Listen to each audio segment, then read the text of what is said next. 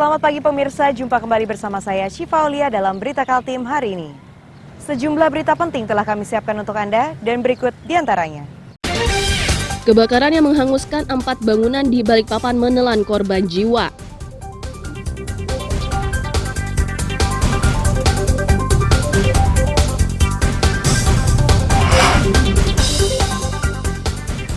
Berbagai peristiwa penting dan menarik di Kalimantan Timur disuguhkan di segmen 2.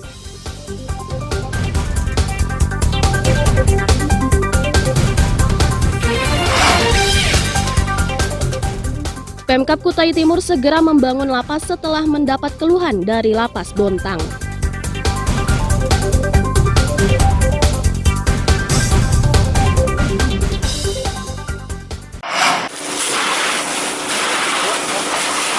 Petugas Kamis siang bekerja keras memadamkan kobaran yang membakar permukiman di Sepinggan Balikpapan. Mereka harus bekerja cepat karena kebakaran terjadi di kawasan padat penduduk. Tercatat 4 rumah yang jadi korban.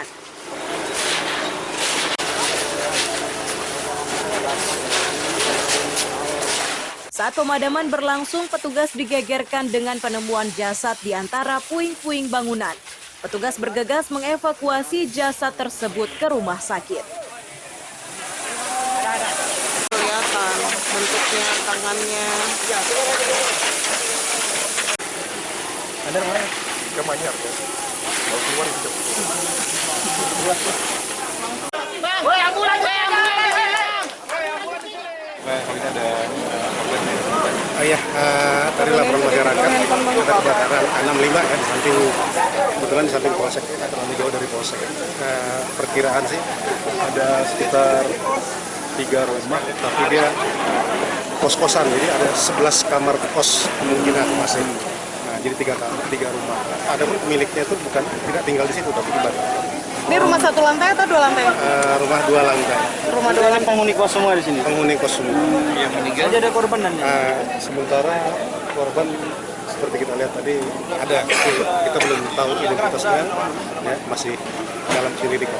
Itu, kamu ambil video kan?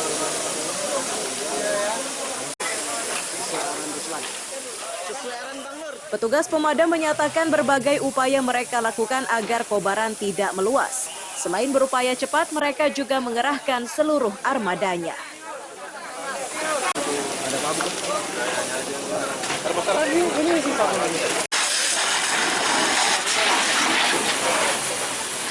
Nah, berkobar di RT 28 Kelurahan Sepinggan. Untuk saat ini proses masih pendinginan. Posisi yang ada, semua pos yang ada di Balikpapan kita turunkan karena perumahan padat.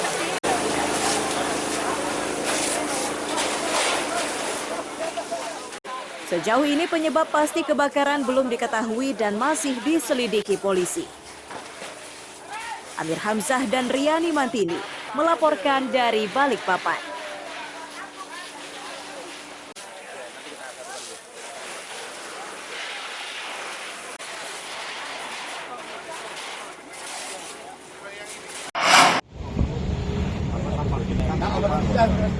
Mengenakan jaket, anggota Pergerakan Mahasiswa Islam Indonesia Cabang Samarinda Kamis siang berdemonstrasi di kantor Dinas Lingkungan Hidup Samarinda.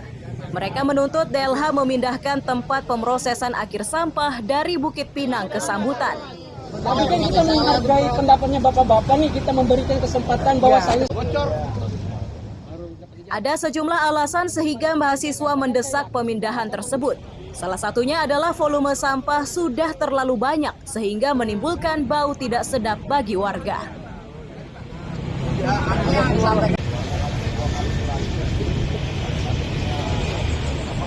belajar di tempat-tempat saya datangi. Tiap orang buang, jam 6 kan bisa ambil. Apa yang belum pernah berarti banyak besar. Demikian dipindah karena sudah over kapasitas. Nah, kenapa demikian kami untuk meminta untuk segera memindah? Karena kasihan yang di Bukit Pinang sudah bau yang luar biasa. Selain daripada itu ada juga yang kami ketahui ada anak kecil kalau nggak salah sudah mengidam penyakit pernapasan. Nah, selain daripada itu, kalaupun kita lintas ke arah Tenggarong itu bau yang sangat luar biasa juga, sehingga kita menghirup itu bau yang tidak sedap, mengakibatkan sampah, mengakibatkan kita penyakit gitu bang.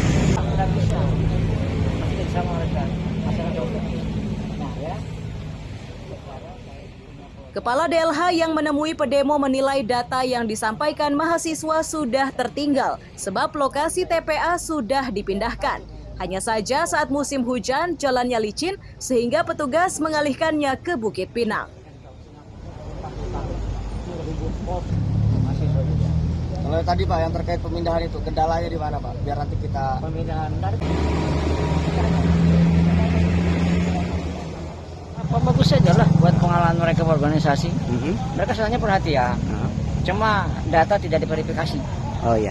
Sehingga DLH yang kena. Tuntutan sebenarnya apa sih mereka yang mau Pak sebenarnya? Yang paling pertama, kenapa TPS Bukit Pinang masih dibuka? Siap. Yaitu TPS Sambutan, TPS Sambutan sudah buka juga. Cuma memang untuk sampai ke Sambutan itu kan jalannya masih tanah. Perbaikan juga baru selesai. Kalau hujan kan tidak bisa masuk mobil. Iya. Papan listrik tidak ada. Kalau malam kan tidak bisa masuk. Jadi untuk malam dan hujan itu buangnya ke Bukit Pinang. Nanti ketika semua sudah normal, listrik sudah masuk, jalan sudah normal, kita buang ke sana semua siang malam.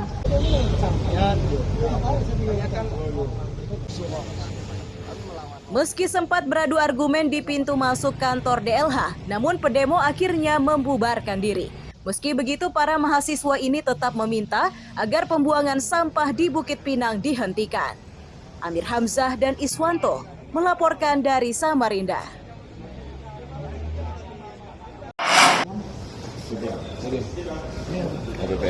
Asis, warga Anggana, Kutai Kartanegara ini ditangkap polisi karena menimbun BBM jenis Pertalite. Bersamanya disita barang bukti minibus bernomor polisi DD1975WP dan belasan jeriken yang sebagian terisi Pertalite.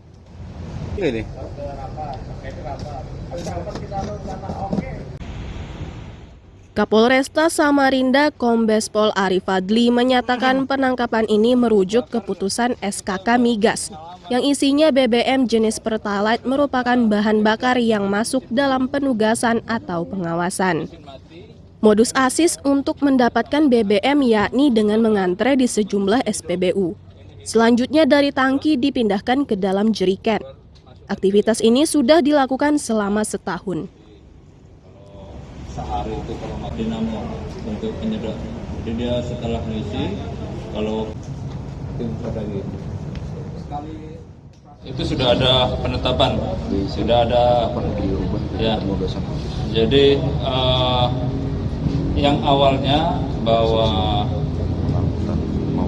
BBM Pertalite ini tidak masuk dalam kategori subsidi, ya.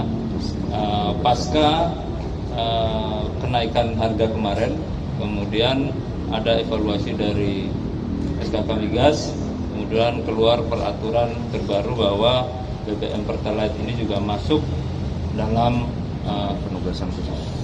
BBM yang masuk dalam penugasan atau bisa dikategorikan masuk dalam BBM subsidi. Aduh. Ya. Ada yang mau dekat-dekat, silakan.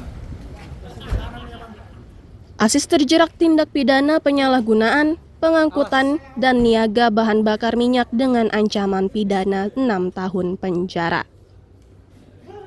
Amir Hamzah dan Iswanto melaporkan dari Samarinda.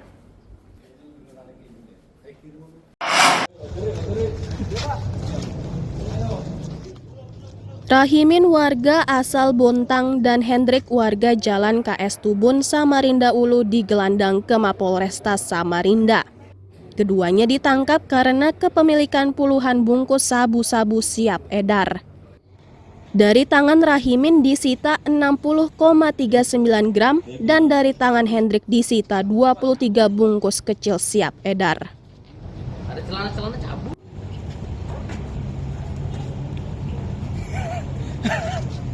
Kapolresta Samarinda Kombes Pol Arif Fadli menyatakan penangkapan keduanya dilakukan secara terpisah. Rahimin merupakan warga Bontang namun mengedarkan sabu-sabu di Kabupaten Pasir. Sebelum tertangkap, ia sudah 4 kali membeli narkoba di Samarinda. Baik, rekan-rekan, yang kedua pengungkapan penyalahgunaan untuk tersangka dengan inisial RH. Ini warga KS Tubun, Gang Vulkanik, Kelurahan Bontang Kuala, jadi warga Kota Bontang, yang mana tersangka ini sudah 4 kali melakukan pengambilan narkotika jenis sabu ini di Kota Samarinda yang nantinya akan dibawa dan dijual di Pasir, Tanah Grogot. Nah, yang keempat ini berhasil kita amankan. Kemudian dari penangkapan ini kita amankan barang bukti sabu seberat 60 gram.